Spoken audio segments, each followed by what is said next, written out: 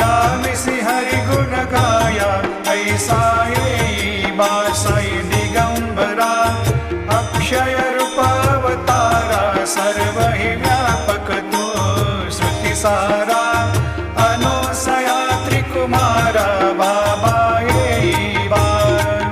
सदा सस्वरूपं चिदानन्दकन्दं जगत्सम्भवस्थान संहार हेतुं स्वभक्तेच्छया मानुषं दर्शयन्तं नमामीश्वरं सद्गुरुं साईनाथं भवद्वान्तविध्वंसमार्तण्डमीड्यं मनोवागतीतं मुनिर्ध्यानगम्यं जगद्व्यापकं